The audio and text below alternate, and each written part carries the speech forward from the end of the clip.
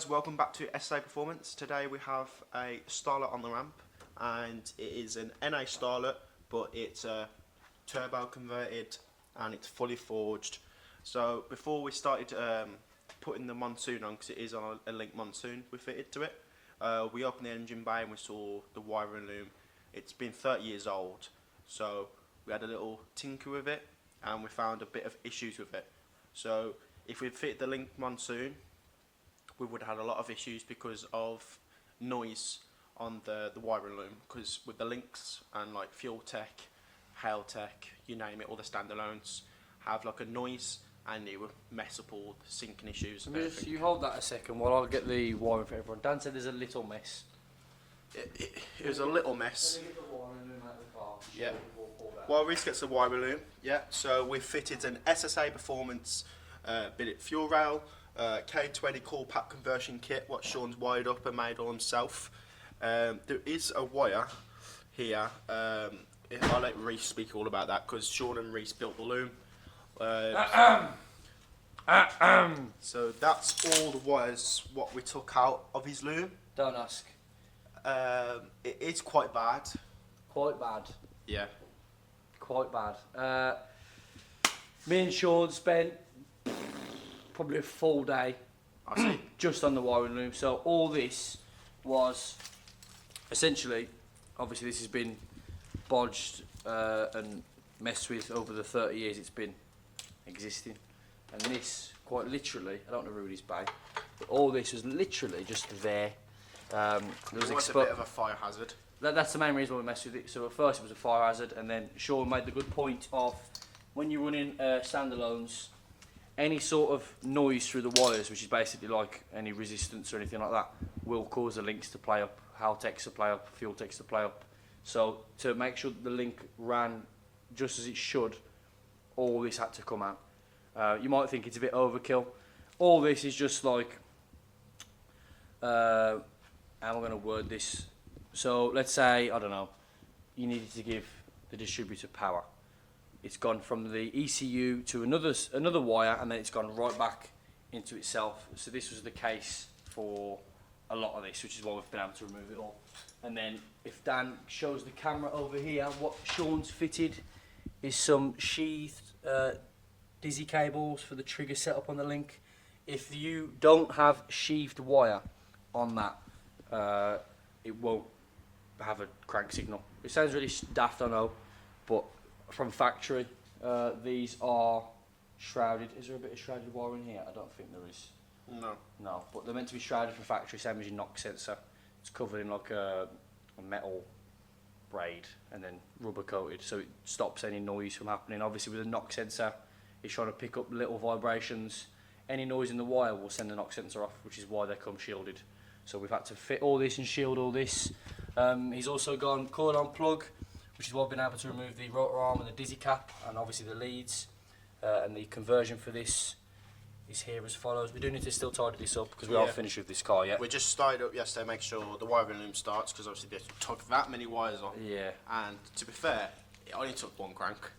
It did start. Me and Sean were very surprised because of how much we've had to take out and just the extent of the modification we had to do. So if I bring you in here, yeah, and you go down the bottom of the foot, everything's not tidy as possible yet, because obviously we're just sorting out the car. Yeah, we didn't film any of this because obviously there's not really much for you guys to see. We just sat there wiring for 8 hours. So yeah, so that's the link Monsoon. There we go. Link. And that's Sean's plug and play that is made and fitted. Yeah, for everything right in the description, the link Monsoon and the mapping and etc. I will put the link in the description on our website. So it's putting all these wiring in the car, because obviously you would like to see what we've done to the car. Yeah, shout out to this customer, by the way, he's a very good customer of ours. Yeah, we've done a couple of YouTube videos on this car, so I'll put the link in the description for them as well. Yeah, he's done his own engine bay since last time you guys saw it, which looks very nice. Very nice. It's all green now. Green, yeah. So it makes the engine bay pop with the engine now. Unfortunately, we didn't get any videos or pictures of this car when it first came down. So just so you understand the scope, the wiring that we took out, obviously you just see it in my hand. This was a big rat's nest. So it feels good that we've sorted it out. His engine bay is a lot cleaner, a lot tidier. As I did say, it's not finished yet. We do need to finish wrapping it all up. We're just making sure it starts. It started first, yeah. So on today's agenda, what we need to do is we've got to fit all the boost pipes back in, just this one. Give it all a once over. Obviously, it's got all the fluids because it's been running for the past 20 minutes. We are currently diagnosing an oil leak on this as well, but it is minimal. So what we'll do is we'll get this all sorted out today, me and Daniel, in this morning. Wrap up all his loom, put his boost pipes on, give it a once over, torque the wheels up, and then Sean's putting this on the dyno. So this thing will be screaming in about an hour and a half, probably. Yeah, so we'll just get it all ready, and I'll get back to you when we're in the dyno room.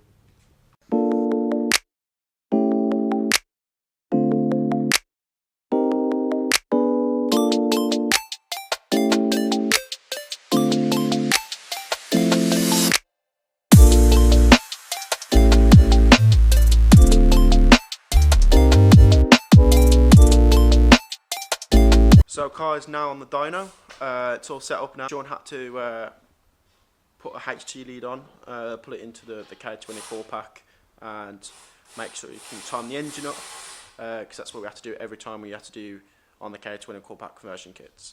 So we know the engine's all timed now, so we're not going to lose any power or anything. All the laptops all set up on the car now, so all in steady state mode, ready for Sean to start tuning. Because when you do steady state mode, we can do certain RPM on the dyno, so Sean can hold 3000 RPM and check the fueling in that cell. So when we've done all that, we're going to go into power runs, so we know the fueling's all correctly for on load. On this tuning session, we are aiming for 300 horsepower, because it did make previously 296 brake horsepower. The reason why it made that sort of power, and it is on a nice hybrid turbo, and a nice 3-inch downpipe to 3-inch all the way through the system, so it's got good flow through the exhaust system, so nothing's going to be restricted. It's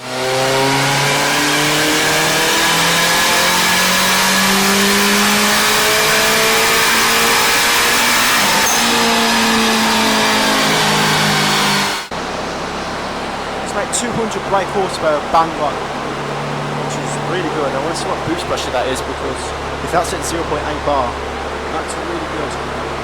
So the torque we made on that one as well, that one was 165 foot-pound of torque. So I'm going to come in the other room because it's way too loud in that dyno room. About 200 horsepower, 0.8 bar boost. That's what it's making so far on the first run. So Sean's going to do another run now, and he's probably going to put some more fueling or timing or anything for, I don't know how much boost he's going to put through it yet, until we find out. So I'm going to record this run and get back to you.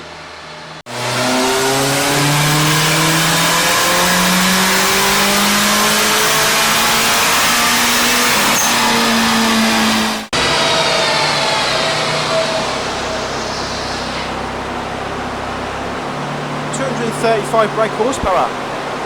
We've just added some more timing, see if the horsepower increases. If not, we'll just back it out, because that's we know we're at peak timing.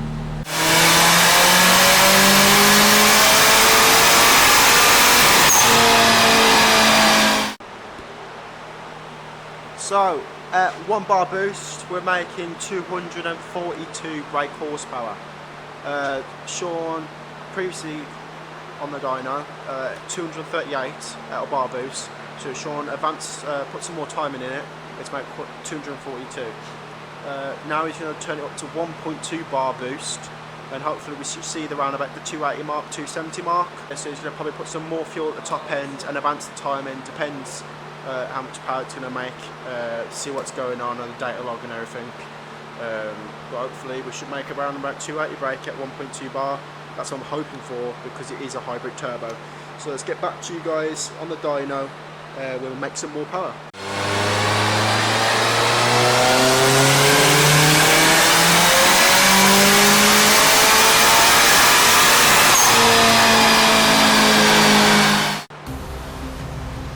So we just done another run, and at 270 brake horsepower, at 1.2 bar boost. That's what I was aiming for, really, what Sean was aiming for. He could put more bit of timing in it, advance the timing, hopefully get a bit more power. But that's a really nice 1.2 bar 270 brake, because this hybrid turbo's kicked in now. This is where normally on a stock TD04 you see 1.4 bar boost. So you do see a big increase of numbers with the TD04 to the hybrid. The torque figure is at 230 foot-pound of torque, which is really safe for this engine. Obviously it's fully forged, it can take a lot of abuse and power and torque, but Sean's going to let it all cool down now, so a little 5-minute break, and then go back to you guys when we're at 1.3 bar boost, and hopefully see this at 285 brake horsepower.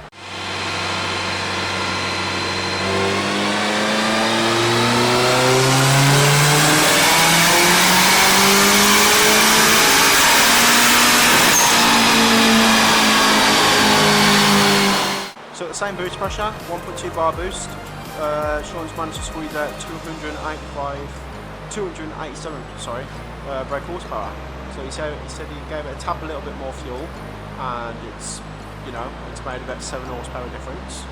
So Sean's going to turn it up to 1.3 bar boost now, and hopefully we can hit the nice little 300 mark, hopefully at 1.3 bar boost.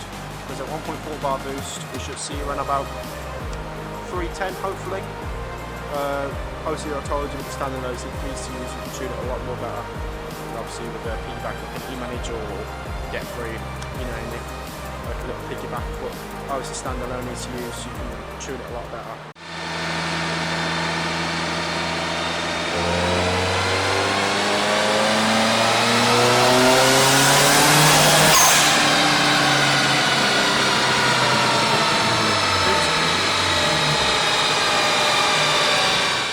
So we just stopped the dyno session. The reason why, because we ran into injector problems. We ran over 100% on the injector duty cycle. So Sean stopped the customer, and we're going to leave it there. We just tamed it down for him, so it's nice and safe and reliable. The next time you see this car will be a bigger turbo, bigger injectors, so we should see around about 300 to 360 brake on this car. So I hope you guys have liked this video. Subscribe to the channel if you're new around here. Comment down below any questions, and I will see you guys in the next one.